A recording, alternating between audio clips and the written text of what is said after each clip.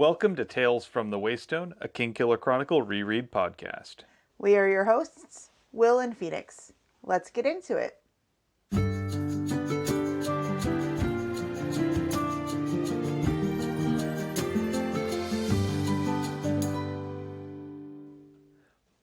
Welcome to Tales from the Waystone, Season 2, Episode 12, A Simple Plan, where we will be looking at chapters 20 and 21 of The Wise Man's Fear through the lens of impulse control, or lack thereof. All right, I'm out of practice, seriously. It's been over a month since we've recorded anything. Blah. Blah. All right, first off, as you all know, I'm going to be explaining what we are going to be doing. Each week we will be examining a section of the Wise Man's Fear through a chosen lens and figuring out what we can take from the text and apply to our real lives. We'll also take some time to explore models of practical wisdom from the text with an Aristotelian phronimos of the week. After that, we'll expand our understanding of our own world with an interesting fact, and then we will share a recommended thing of the week. Finally, we'll wrap things up with 7 words from the book and 7 words from our own lives. I'm just going to go ahead and read the disclaimers because I'm quicker at it. Before we begin, let's get some disclaimers out of the way. First of all, we are in no way affiliated with Patrick Rothfuss or his publisher, Daw Books, though we are open to that changing if that ever were to happen. Second of all, our discussions naturally assume that either A, you have read all of the books, or you are one of those weird folk who doesn't mind having a crucial plot details from the future revealed to you ahead of time like some sort of mad fortune teller. Needless to say, beyond this point, here be spoilers. And yes, I did read that, and no, I didn't read that very well. Sorry, guys. Also, a word to our community, please be kind to yourselves, one another, and the creators of the worlds we love exploring. It's almost like you were in a hurry to get through all that. It's almost like I think some people who are on their 70th episode of listening to us might not want to hear it every single time.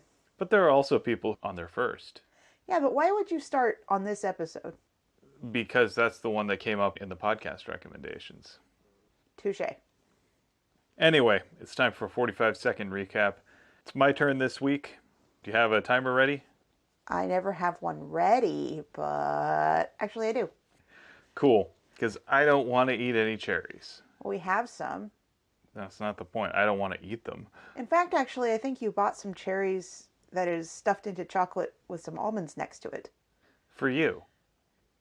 For us. For you. For us. Insofar as they are for you, yes. For us. In that they are for you, yes. Anyway. All right. 45 seconds on the clock. See if you can beat it. Yep. In 3, 2, 1, go. Quoth and Sim break into the pony on the premise is slim that Ambrose's defenses are phony. Up on the roof, Quoth trips his foe's wards, like a foolish goof who fails to gain rewards. After pulling some petty pranks, Quoth falls down to the street. Covered in blood, sweat, and stank, he beats his retreat. The next day at Kilvin's, Quoth receives a rebuke about the sort of nil-win work that he's undertook. After collapsing from heat and pain, he finds himself in Mola's care, and though her sympathy waxes and wanes, she protects the secret injuries he bears. 26.30 seconds. Undertook? Yep, I thought it was fun to say it that way. You're not wrong, and you win. Told you, those cherries are for you. For us. For you. They're for us the way the raspberries are for us. I will have you know that while we were on vacation, I endured raspberries unprompted, sort of. That was still something you chose to do. Right, because it was a warm day and the only popsicles available had raspberry in them. You could have said, no, I shall not be having popsicles. I mean, I made faces the whole time. Naturally. Any hoozles. The fickle wind.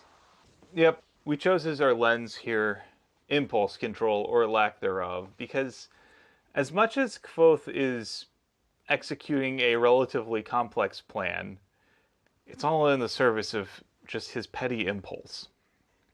Yeah, so for all of you who don't know, Quoth fancies himself a master thief.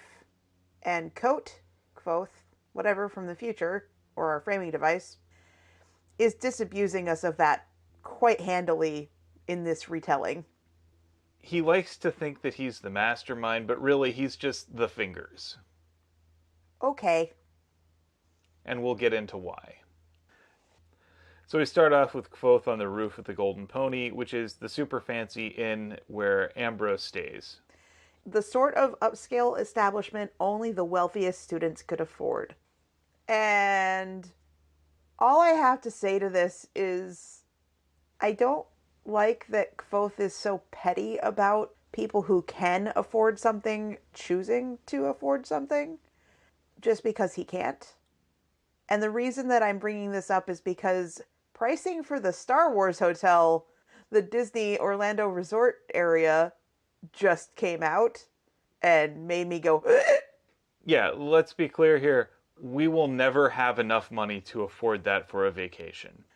but that doesn't mean that people who can afford that for a vacation shouldn't. And this is probably the lowest they can charge and still actually turn a profit based on the expenditures required to run something like that. Lowest, probably not, but reasonable? Yeah. Yeah, I mean, I looked at everything that's included in that particular stay, and yeah, you get a lot for your money, all told between park tickets and access to all inclusive food and basic beverages, plus hotel and everything else, and then all of these fun little experiences all throughout it. Yeah, I can see where the expenditure is coming from. None of that stuff is cheap. None of that stuff comes cheaply because it's skilled work. It's also a lot of infrastructure to build and maintain, and you need to hire professionals who are fully committed to this, and that's how much it costs to have that. The hotel is going to be littered with actors and other people in the entertainment industry and that many people touching and breaking and moving and whatever, all the stuff that's cool in that whole hotel, they're going to wind up breaking a whole bunch of things, especially with kids. I think that charging them enough to repair what they've broken is probably a good idea. But I mean, I digress. So Kvothe is just sitting there going, well, I don't have the money to do it. I think also he's responding to the class dynamics at play there, which is to say that even just walking into the public house where anyone ostensibly can come in, because he's dressed rather raggedly and, is probably a little dirtier than the rich folk, he'd probably get looked at askance and he probably also wouldn't be able to afford a glass of water. I'm going to be real here. Every once in a while, we'll walk into a place that sells furniture, like nicer furniture, a place that's not quite just IKEA. And I'm like, the people around here don't think I can buy that chair that I want because I'm wearing a t-shirt with Steven Universe stuff on it. I want to mess with them now instead of the, oh, I guess I shouldn't belong here. So I think in the right mood, Kvothe can also be that I definitely belong here. I don't care that I am under 7 layers of grime. Blech. I mean, he's proven that in Tourbillon, he proved that. But I think that it takes a certain mindset at the time that you're doing it. And I don't think that that is always something that you can access. At least not on a whim and not when you're under stress. It also entails interacting with a class system that is not actually beneficial. So moving on, they have a plan to get Ambrose out of his room.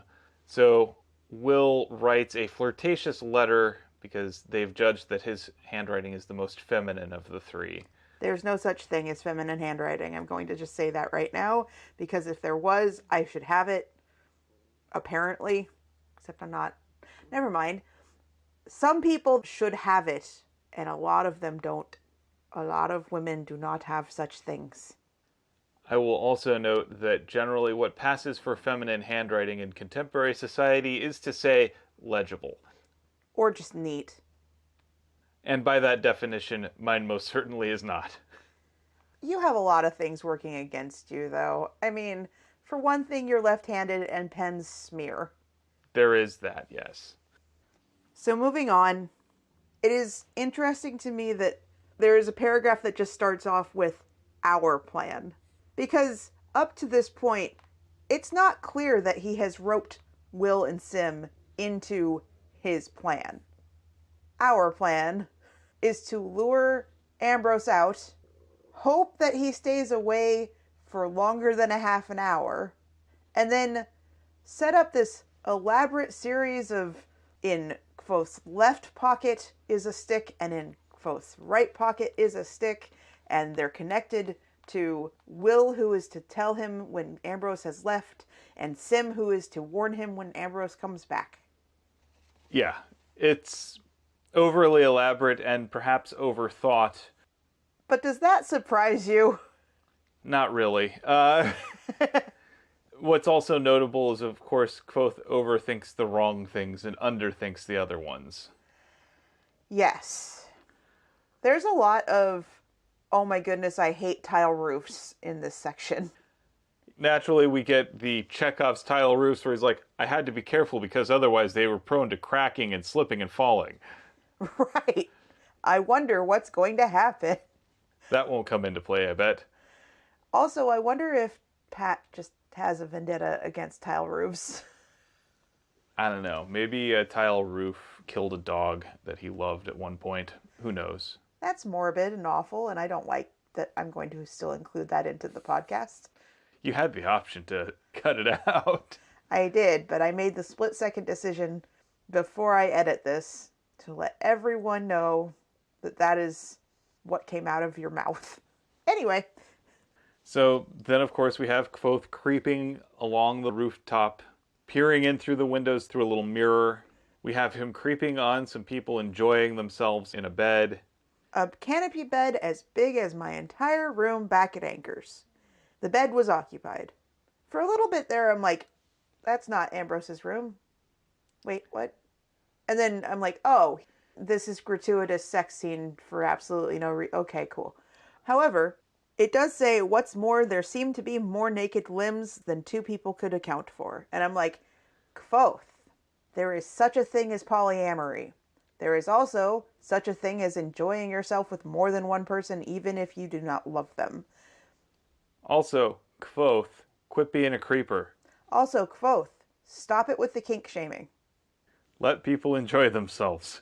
However, he seems to actually want to enjoy himself while they enjoy themselves, because he says, unfortunately, my piece of tin was too small, and I couldn't view the whole thing at once. Ew, ew, ew, ew, ew. Young Kvothe has a sexual awakening. Ugh, not really. In this particular case, he's still just dumb as a box of rocks.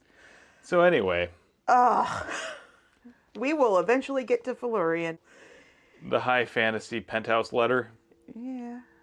Whatever. Let's keep going. So anyway, he manages to creep up to Ambrose's window and kind of jimmies it open. And as soon as he manages to get it open, the window slams shut behind him. Here is where we start to get to Kvothe underthinking certain things. So he knows that Ambrose is an arcanist. He may not think much of his skills, but Ambrose does know more than the average bear when it comes to things like sympathy and sigildry. And he also knows enough to pay for it. He also has the money to pay for it. Yeah. So even if he didn't do it himself, he could easily pay someone to do it for him. And knowing what he knows, he would be an absolute moron not to. Right. Huh. He's like 11th in line for the throne. Why in the hell would he not have any security measures? You got to figure that he's been growing up in an environment that encourages compulsive backstabbing, where, like, being able to survive to adulthood without being assassinated is something of an achievement. You think he wouldn't pay to have magical defenses? No. But Kvothe, in his quest to just do the right thing for Denna, without even thinking about whether or not Denna actually wants him to do this. And then without even thinking about who his actual target is.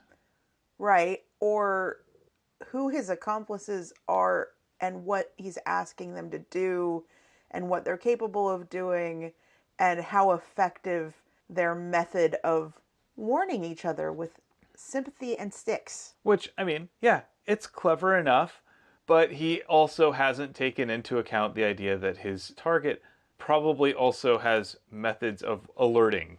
This isn't just someone off the street who has no knowledge of magic or intrigue or anything like that. This is someone who is used to thinking indirectly and to setting traps and all that fun stuff. This is not just a mere merchant who is being rolled by highwaymen. On top of that, I have a feeling that Ambrose can think 3 steps ahead, or more, probably. And Kvothe, who just kind of does things without thinking about them, without caring about consequences, or even thinking about anyone else's experience and how that might affect their actions. That Kvothe seriously needs to just stop for a second, pull his head out of his hormones, and think about things rather than just going on impulse. And of course, while he's there, he can't resist doing little minor acts of sabotage to create little petty indignities. I loosened the seams on his pants. How does that help you, dude? Seriously, you're looking for a tiny ring in this vast apartment, and you take the time to weaken his seams on his pants and pull minor pranks, like loosening the handle to the flue. All of that is just time consuming yet petty. If you're assuming you have a 30-minute window, which is generous, you have to give yourself time to get in, get out, and then you also have to figure out time to do your actual thing that you're trying to do. He doesn't actually focus on achieving his goal. He's wrapped up in these little minor things. Like, these are just petty and dumb. And reckless. It's like someone who's taken the time to break into Fort Knox to put a whoopee cushion under someone's chair. Yeah, it would be like if Ocean's 11 were orchestrated in order to steal someone's Hot Wheels collection. Yeah, it's that level of petty. Actually, no, it's not that. This is what it is. It's if Ocean's 11 was organized for the same purpose, they have to steal everything in the casino. But while they were there, they realized they really wanted to steal that Hot Wheels collection at the same time. And so they took time away from their cleverly timed and meticulous plan to stop and search a hotel room for Hot Wheels. Okay, fair enough. It's that level of dumb. And like I say, this is why Kvothe is pretty good as the fingers. He's good at the mechanical side of things. The actual act of breaking in and stealthily sneaking along, yeah, he's okay at that, but he doesn't have the impulse control to mastermind a plan and carry it through. Now, that lack of impulse control helped him a little bit in getting out because he doesn't stop to think. But he kind of does that thing of like, oh, dude, that's so stupid. Why would I do that? And then he does something equally stupid. Like, he gets wrapped up in the Meinerzagen's haversack problem. So this is a historical thing that happened in World War II, I believe, where some Allied soldiers captured a haversack that contained a bunch of messages for the German High Command. And they wanted to use that information to help themselves, but they couldn't reveal that they had compromised those messages themselves. And so they had to act as if they didn't know anything that they knew, while at the same time finding ways to benefit from it. And here he's like, well, I can't look like a thief who knows what he's doing with these wards, because if I look like I know what I'm doing, he'll know that it was probably me.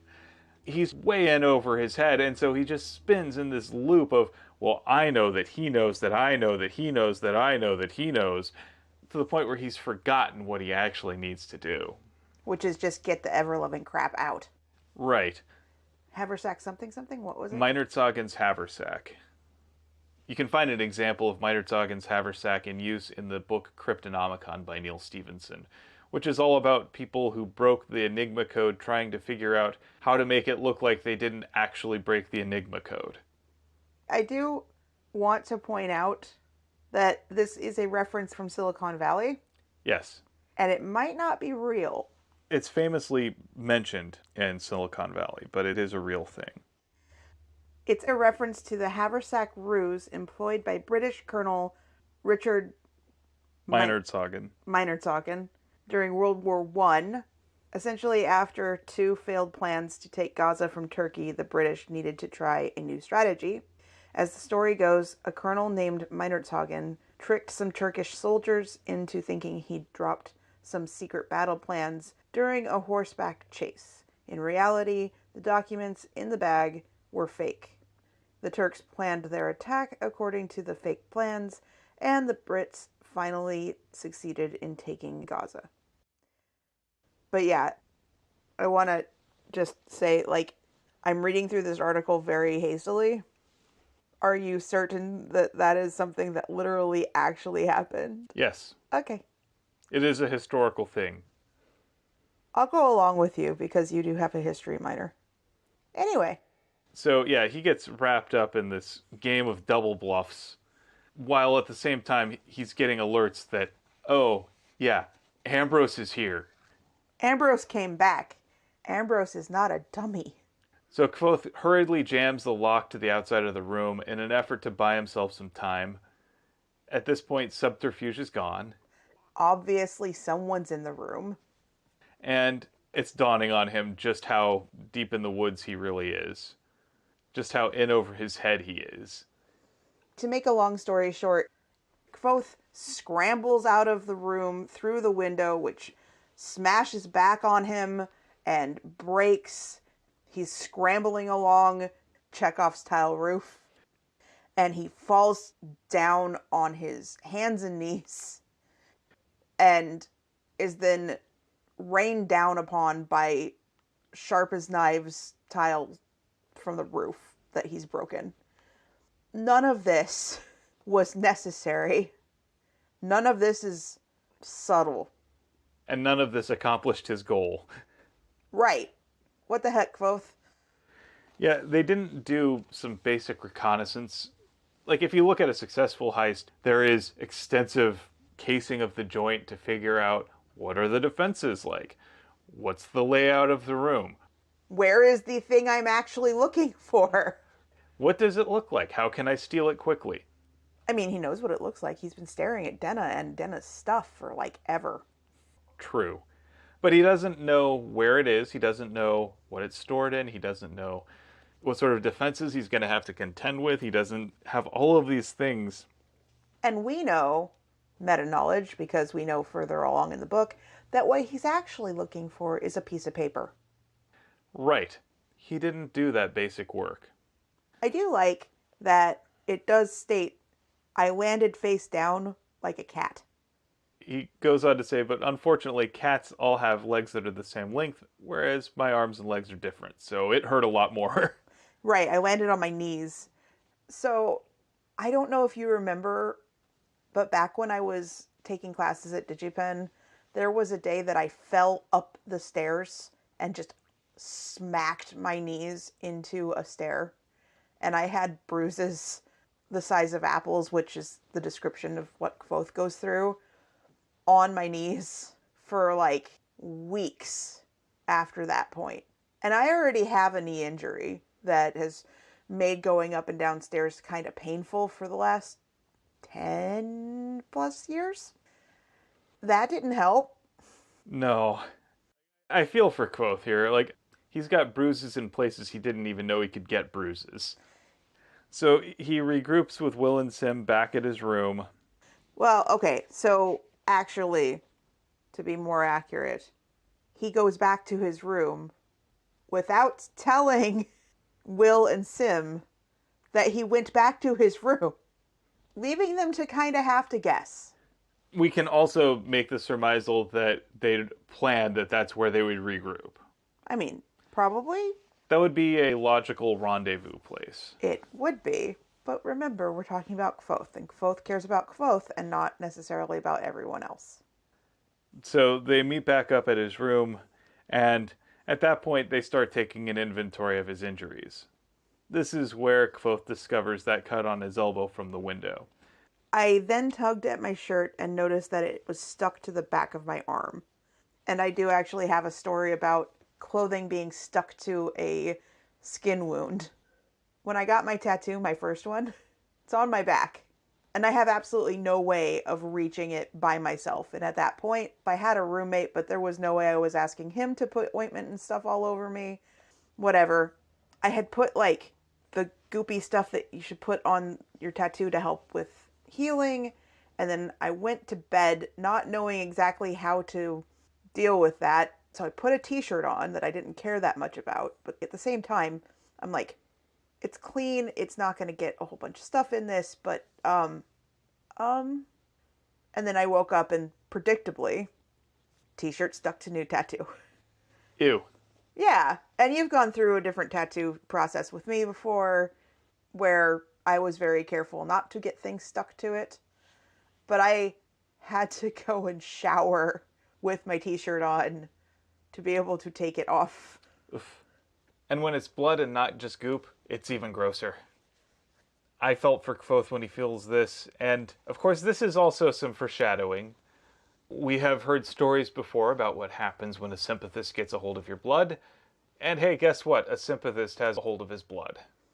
And the one that he really, really, really, really, really, really doesn't want to have access to his blood. That being said, we also know that said blood is given to an even better sympathist that Ambrose will then pay to make Kvothe's life not so fun. Dun, dun, dun. We did say spoilers. Anyway. Meanwhile, because Will is, of course, squeamish around blood, Kvothe asks Sim to do the honors of stitching him up. And yeah, I feel for both Will and Sim here. Neither of them signed up for this, but they do their best. I find it interesting that after Kvothe is just casually like, hey, will you stitch me up? He's like, it's easy. I'll talk you through it. And I'm like, ah. No, it's not easy. I mean, there's a mental block about putting a needle through someone's skin. That's all I gotta say. I don't want to go into that much further. And then they have to work to come up with what's their cover story for all of this. And Kvothe is like, we're just gonna tell the truth. We're just going to keep it simple. Which, on its face, in the lost art of keeping a secret, is probably the way to go. Something that's close enough to the truth that you can say it convincingly. Yeah, okay. But none of them are really that good at it. Yeah, well, there's also the philosophy, and I think that Sim kind of takes this as don't let the truth get in the way of a good story. And Kvothe is like, no, no, no, no, no. No stories. No stories. Stories can get screwed up real quick. No stories. Stories are memorable. We'd rather have something boring and bland so that people will just forget about it. Anyway, on to chapter 21. Before that, though, Will has a crucial bit here. Oh, okay, yeah.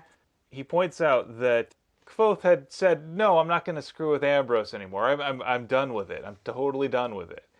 But as soon as a certain lady got involved, he makes dumb decisions when Denna's involved, in other words. So, the next day, we start piecework. Kvothe goes through a long and drawn out explanation of how he has to fake not looking like he's completely decrepit.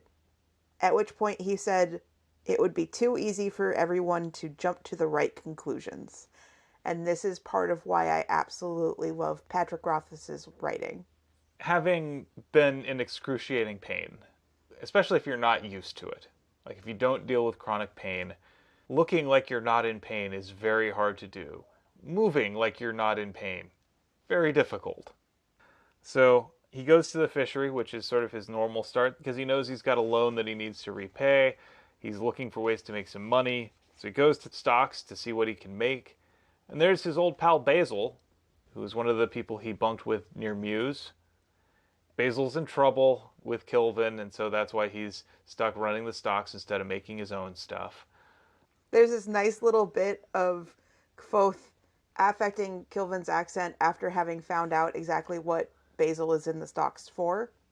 And he goes, "This is contrary to proper procedure, Ilir Basil.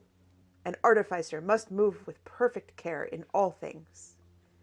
And I'm just like, "Aww, Kilvin's door's open." I will also say that being able to lovingly mimic your superiors is kind of a thing. Well, yeah, that's true. You do this every once in a while. Yeah, I do. It's also here that we learn that Kilvin has frozen Kvothe's access to materials and stocks. There is a note next to your name. Please go see Kilvin. Uh-oh. What's he done this time? Yeah, this time. What did he get caught doing this time? Meanwhile, Basil also informs Kvothe that he has seen the girl that has been asking for him, who's claiming that Kvothe gave her a charm of some sort. Yeah, that's not going to come around to bite him in the butt.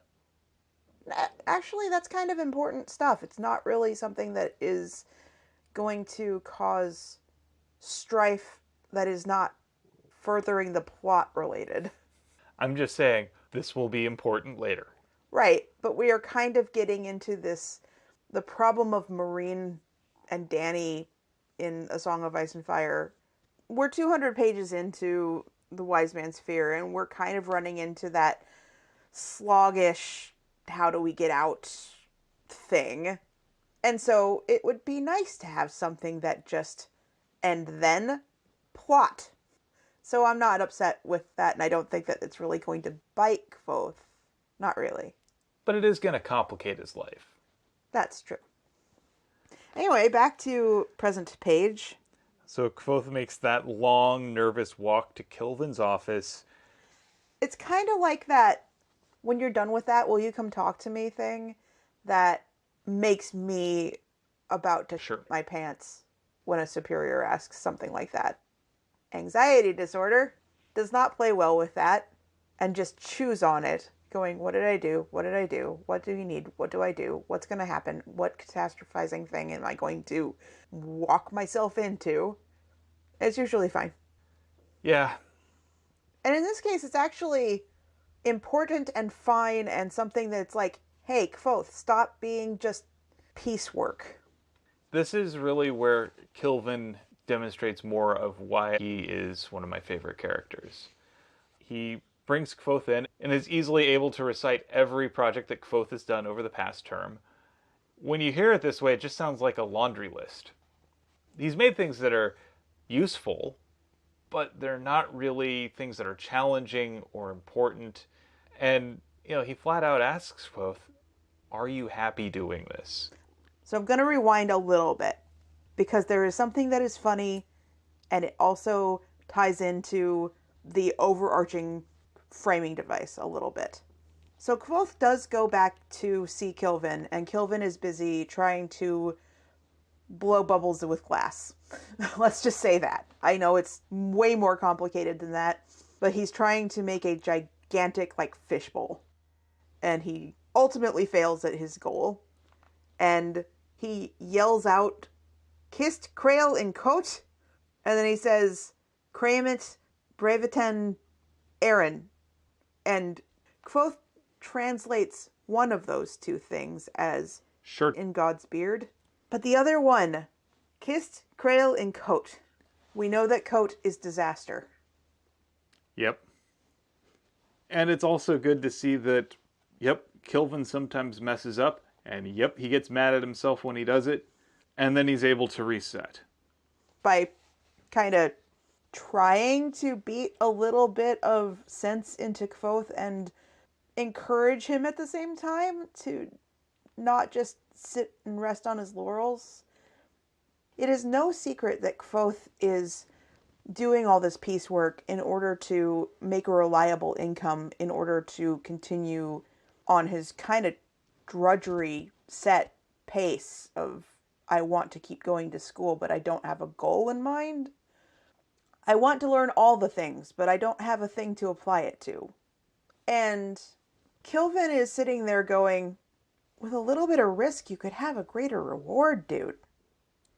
Not only that, this is a teaching facility. The fishery is not first and foremost a profit center. It exists so that students at the university can learn the art of artificing. And they can't do that if they don't move beyond those little basic things. And it's very easy for Kvothe, I think, to get caught in this loop of I need to do things that give me enough money to keep going to school, to the point where he forgets the whole purpose of going to school, which is for him to grow his skills. So Kilvin is giving him a little bit of tough love here, and I think necessary tough love. He's saying, I have this really gifted student who is wasting their time on things that basic students could do. There is nothing that Kvothe is getting out of this beyond just the money to keep his head above water. And he's not getting anything that's enough to put him ahead financially. And more importantly, he's not doing anything that is justifying the risk that Kilvin has taken in standing up for Kvothe. He's not living up to that promise that Kvothe made on his first day at the university during admissions when he said, if you sponsor me, I will be the best damn student you've ever seen. He's not living up to that promise when he's just doing the bare minimum, that sort of first order optimized thing that gets enough, but doesn't actually push him forward, that doesn't test his skills, that doesn't make him great, that doesn't let him learn or grow. To keep on keeping on is not the purpose that Kilvin sees for him. And he's at the point in his academic career where he really should be doing more than just basic deck lanterns and emitters and piecemeal stuff that ends up getting sold back to stocks to be used in other projects.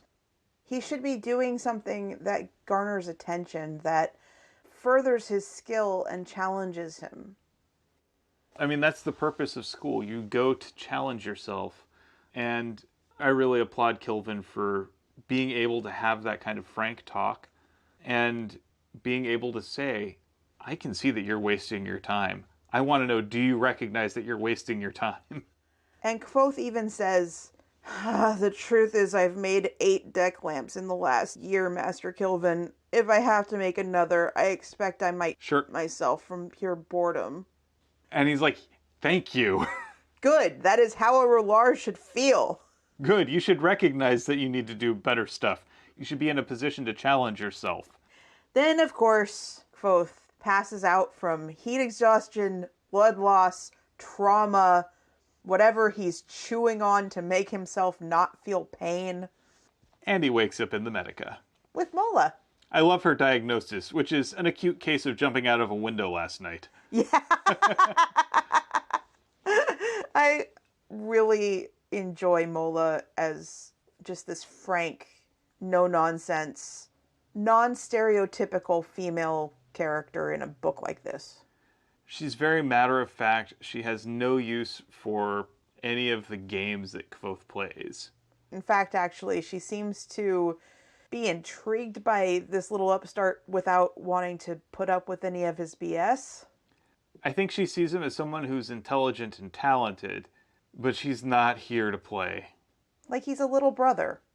He's well-meaning, but really stupid. Case in point, as soon as he learns that Ambrose has accused the thief of taking a bunch of stuff, he's, I didn't take anything! It's like, really?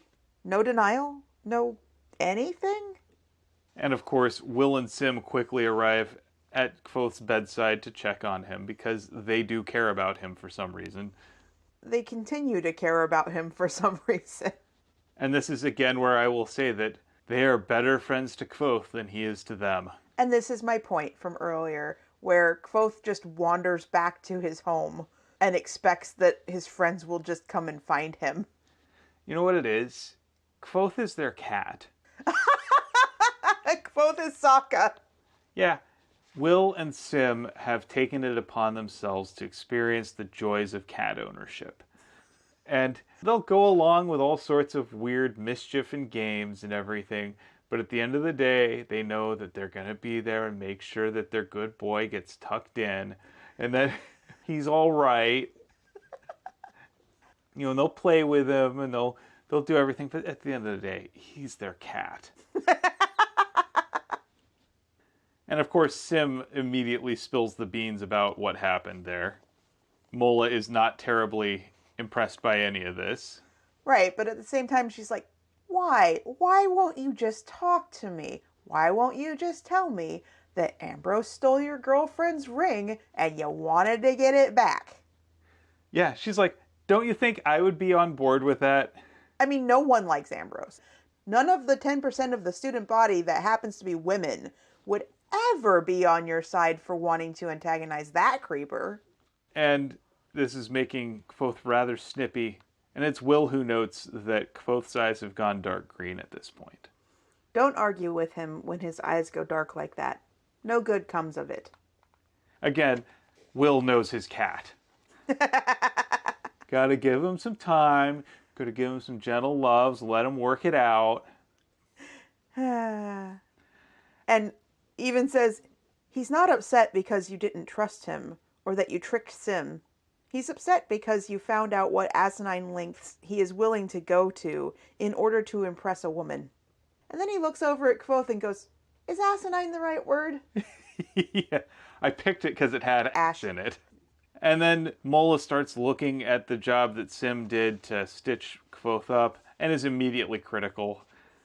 I noticed also Will steps in here to make peace, which I really appreciated. He says, hey, lay off.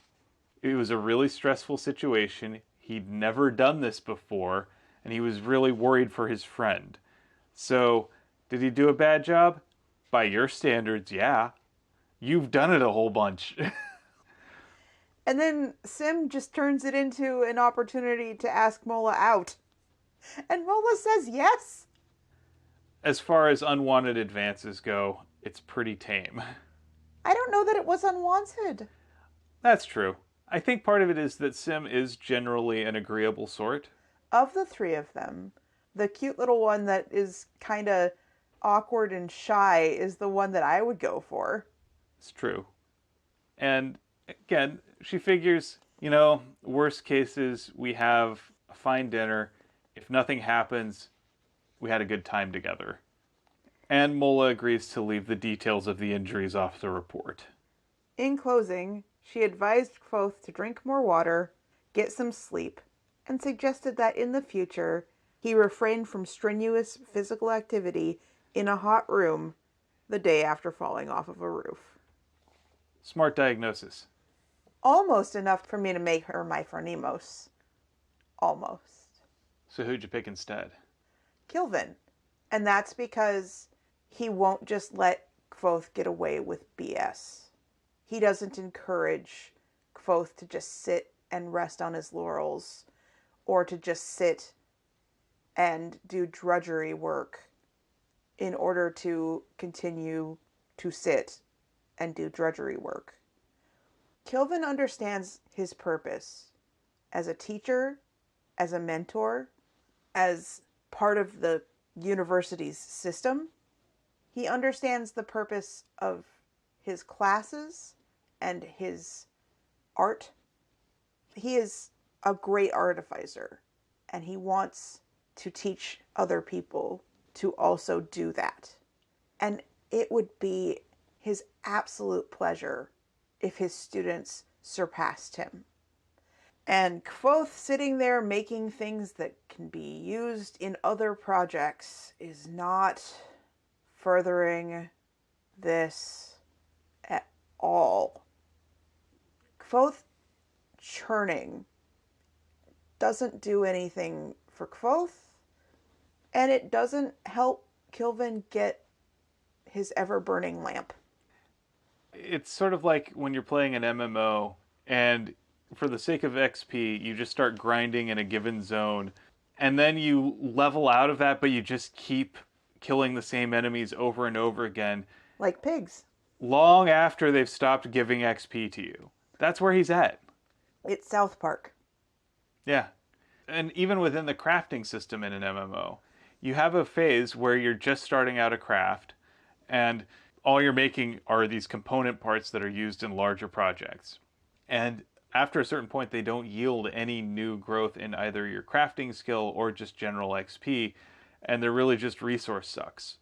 You may be able to sell them on an auction house or something, but they don't yield that much. And in fact, you're probably barely breaking even after cost of materials and effort goes into things. That's where Kvothe is at this point. He's hit that plateau. He needs to start moving to the next level. He needs to look for the things that are going to challenge him, that are going to actually force him to think creatively, to do something complex. This is what's going to force Kvothe to find something that speaks to something he cares about, that expresses something that is one of his values, and not just, this is a thing that people can use. This is a thing that will get me a small amount of money. It's working yourself to exhaustion to make ends meet, rather than taking the risk to stop doing the reliable income earning thing and leap to something that could potentially bring in more. And it's not even necessarily about income in every instance of what I mean. For Kvothe right now, that is his primary motivator and expenditure. It's also the difference between doing something creative that is an expression of you. Like when you look at the major innovations that happen, they don't happen because someone just said, I bet I could make a lot of money doing something that everyone else is doing. It comes when people are thinking, what is a problem that needs to be solved? What is something that no one else has figured out how to do yet? What is something that I could figure out how to change? Instead of just the simple stasis work. Learning and growing, challenging oneself, these are all things that Kilvin really embodies. Like, that's his character. That's what we get from any description in any interaction with Kilvin. So one thing I also like is that Kilvin says, I value truth in all things, R'hllor Kvothe. He doesn't like it, the turn of phrase that says, if I'm going to be honest with you, Kilvin, or do you mind if I tell you truthfully, or any of those things that are almost fillers, like just saying honestly. It's passed off a little bit as it being culturally dissonant and or a problem with understanding the language or the fillers or the kind of tick words that we all use. But I don't think that's it. I think that he specifically points out, I would rather you be honest and forthright with me every time someone says, can I be honest with you? Because he would like you to just be honest with him. Don't obfuscate, don't hide things to protect him. He doesn't want that. As far as Kilvin is concerned, honesty and forthrightness ought to be the default mode of communication. And when you look at public speaking, people saying things like honestly or frankly, anything like that is, why would you bother saying it if you didn't mean it? If you aren't talking to me frankly and honestly, that means you don't see me as an equal. Or you're hiding something, or you've been told to hide something, or you're waiting to drop some piece of news and you can't really talk to me about it. So why are you talking to me about it? Right. So, moving on, let's talk about interesting facts. We shall. So, as we're recording this, we're in the middle of the Olympics, which has prompted some interesting conversations between the two of us, namely about why we refer to different countries by names that they don't refer to themselves as. So I did some digging on that because that really fascinates me. I like language and I like the way our terms grow. So I'm thinking specifically of the fact that Japan is not Japan in Japan. Right. They refer to themselves as Nippon. Or why Germany is Germany in English, but not in German. Right. So, I found that out. So, there are two different types of country names. There are endonyms, which is the name for a country that is used within its own borders. And then there are exonyms, which are the names for a country used outside of its borders. To use, for example, Germany, that's the English exonym. The French exonym for it is Allemagne. In Spain, it's Alemania. And their endonym is Deutschland, which translates literally to the land of our people, which really wouldn't make sense for me to call it that, because as much as I love the country of Germany, it is not my people that live there.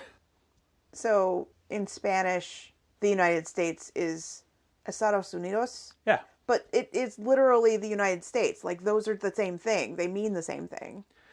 And meanwhile, in the case of Germany, the English word takes it from the Germanic tribes that the English people first encountered that lived there, whereas Alemania or Alemania, as the French or the Spanish would call it, refers to another tribe of people that lives in what we call now Germany.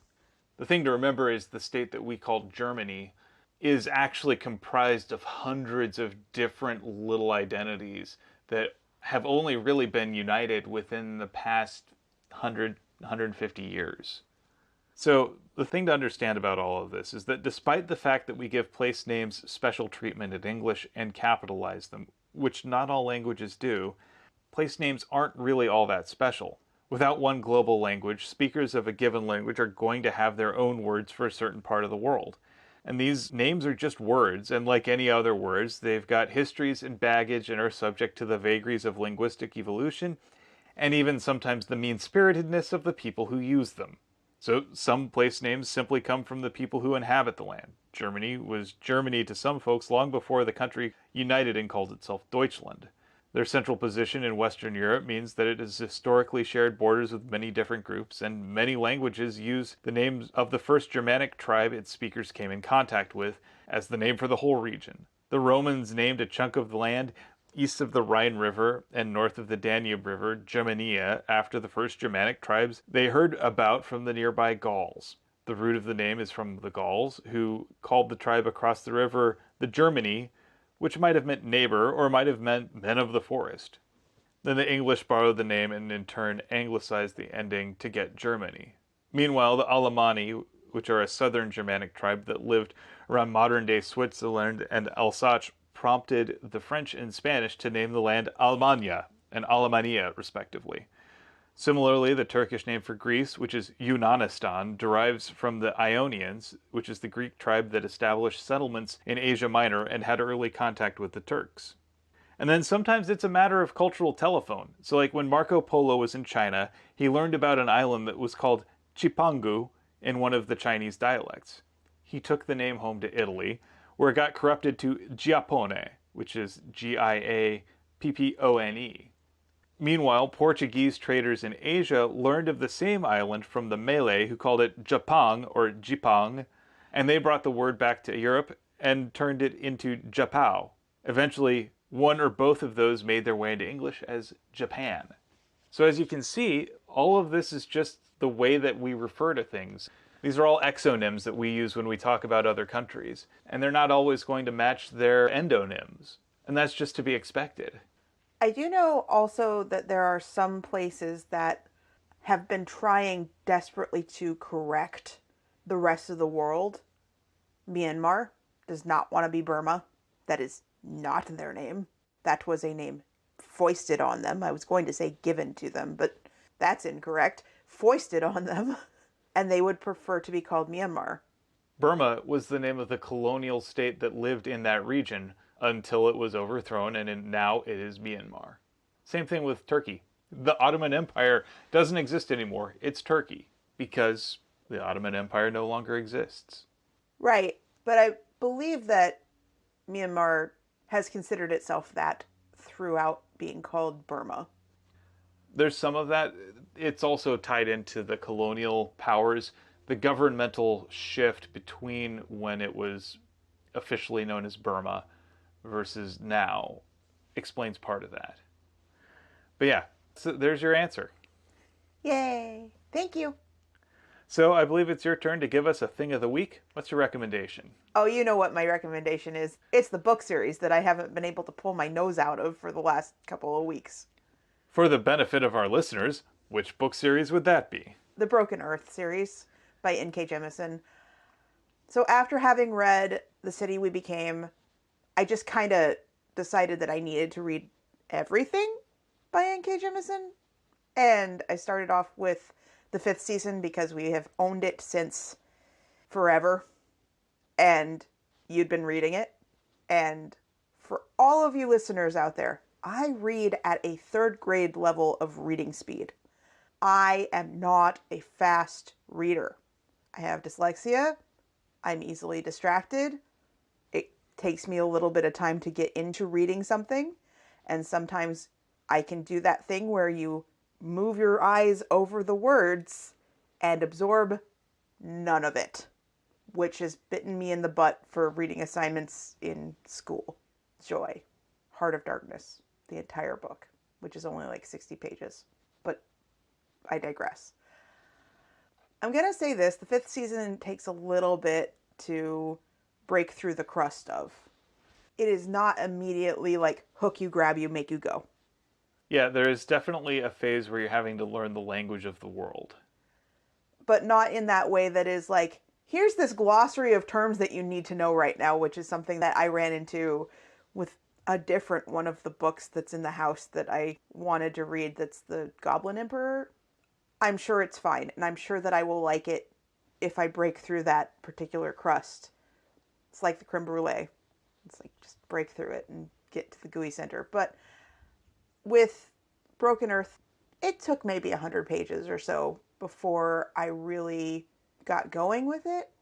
But once I got going with it, whoa. Gonna put this out there. The world is pretty bleak. I don't mind this. I don't know what psychologically the reason behind this, but I actually enjoy some of these things that have a darker worldview without necessarily personally viewing them as a darker worldview. Same thing with horror books. I don't usually get scared by them, but I like the more pitch black, bleak stuff, even if there doesn't really seem to be a ray of hope anywhere to be found. But all that being said, in this case, I just think that the books are so very, very well written. The characters are compelling, and I find the humor, which for some people, they can't really see humor in it, but I find it's gallows humor. It's very dark and has this menacing, overarching, everything is Forked. air to it. Yeah, sometimes it can be a little dry, And acerbic. and at the same time, it's a world where sometimes people do stupid things, and the main character does stupid things and suffers for it. The main character is flawed, not always likable, and has all sorts of, I guess, gaps that she's unaware of in her understanding, in her knowledge, and just in her interpersonal style. And she's able to be surprised. She's able to grow. She's in positions where she makes decisions that hurt the people around her, and she gets called for that. I love the fact that she doesn't get let off the hook for being impulsive or mean or misguided. Yeah, I mean, when I say that she makes decisions that hurt the people around her, sometimes these are intensely destructive decisions that end entire communities around her.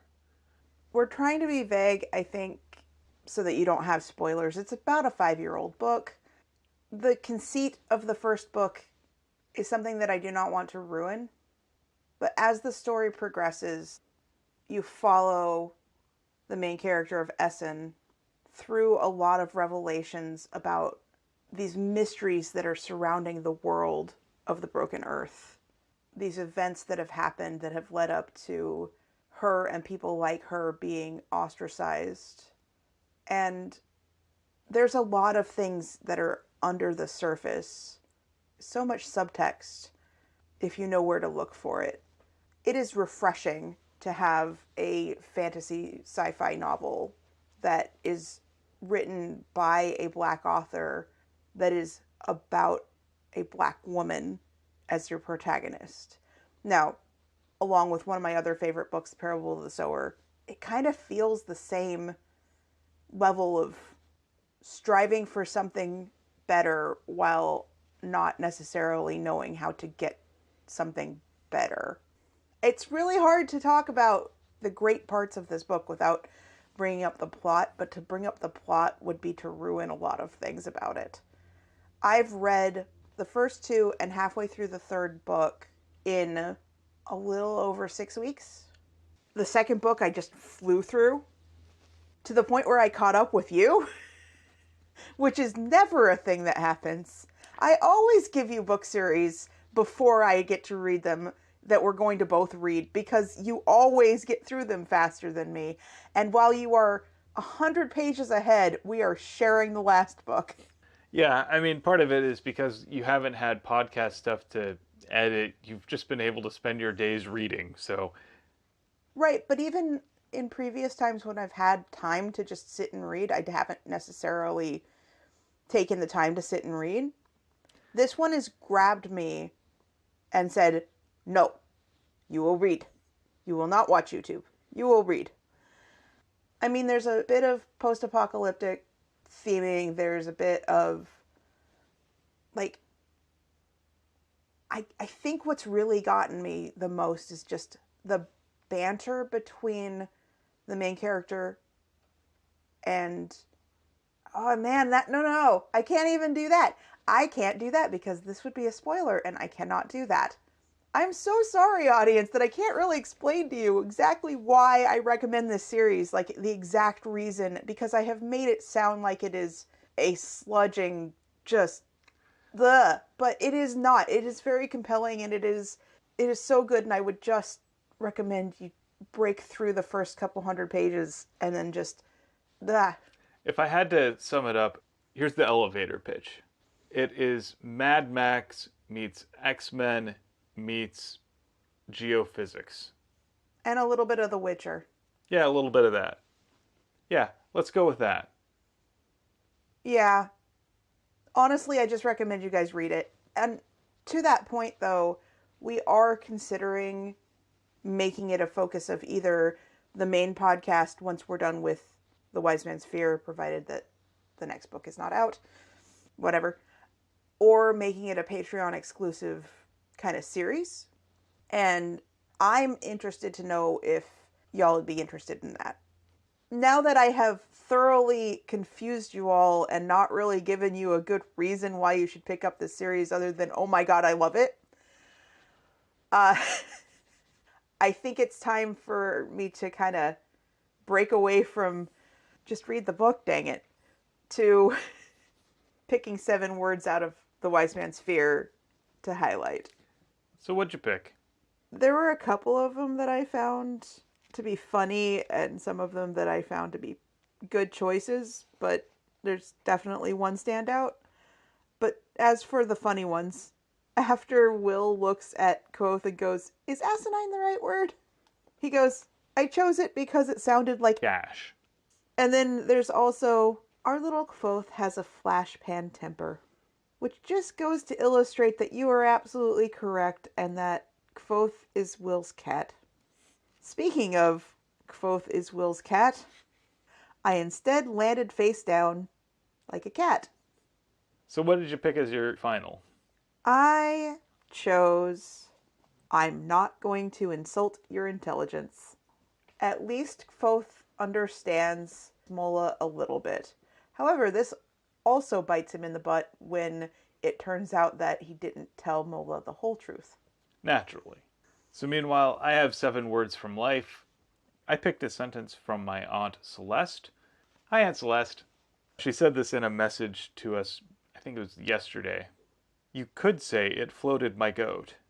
It's just something I can't help but hear in her voice, and it makes me smile when I think of it. She's a delight, and you ought to check out her paintings. She does great work.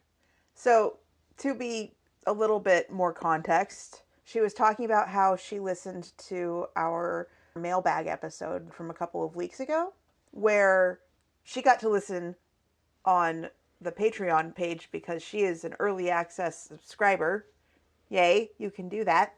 She got to listen to it a couple of days before it comes out because it doesn't come out for all the rest of you until doing math in my head, 2 days after we've recorded this.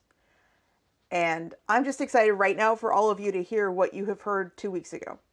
Anyway, Yeah. she said that she really, really liked it, and she's been complimenting us to like your parents, saying that we've gotten better at this whole podcasty thing, which makes me very happy because I know that we were very rough at the beginning, but yeah. Practice. She is someone who says that to get good at something, it's not enough just to have talent. And you don't even need to have talent. You just need to practice at something. She's someone who has devoted her life to doing creative work. She is a painter, an artist. I strongly recommend you take a look at her work. She likes to do plein air painting. She teaches other students how to paint. And every time you see her talking about her painting process, it's just enlightening. So with that, I'd like to thank you for potting with me. Thank you for potting with me. And thank you for listening to Tales from the Waystone. Join us next time on Tales from the Waystone as we cover Chapter 22 of The Wise Man's Fear through the lens of knowing your limits. We would like to extend a huge thank you to our friend Shawnee Jang for our theme music. And many thanks to Patrick Rothfuss for creating a world that we've enjoyed exploring. Audio production, editing, and social media coordination, courtesy of me, Phoenix McCullough. And project management and writing, courtesy of me, Will McCullough. If you would like to help support us and have the means to do so, please consider becoming a patron on our Patreon page, patreon.com/waystonepod, where you can become an early access subscriber and get it somewhere probably between 3 days and like maybe even 2 weeks before we release it to the public, because I'm experimenting with the idea of, as soon as I finish editing it, providing it to our patrons. Let us know if that would actually be something that you would enjoy. We also have things like art that I get to do. We have one subscriber that gets the art, and so I'm going to be making a new poster for September. And we make podcasts that are exclusive to the Patreon page on things like The Princess and Mr. Whiffle and On a Sunbeam, and also just have some silly back and forth game show like podcasts about whether or not a specific theory about the Kingkiller Chronicle came out of Will's head or off of the internet. There's a bunch of fun stuff there. Some of it's better than others, but we'd love it if more people wanted to go ahead and check it out. Again, patreon.com/waystonepod. And I am bad at self-promotion. And as always, here's to one more day above the roses. To one more day above the roses. Ding! Because you needed to finish this episode. Yes.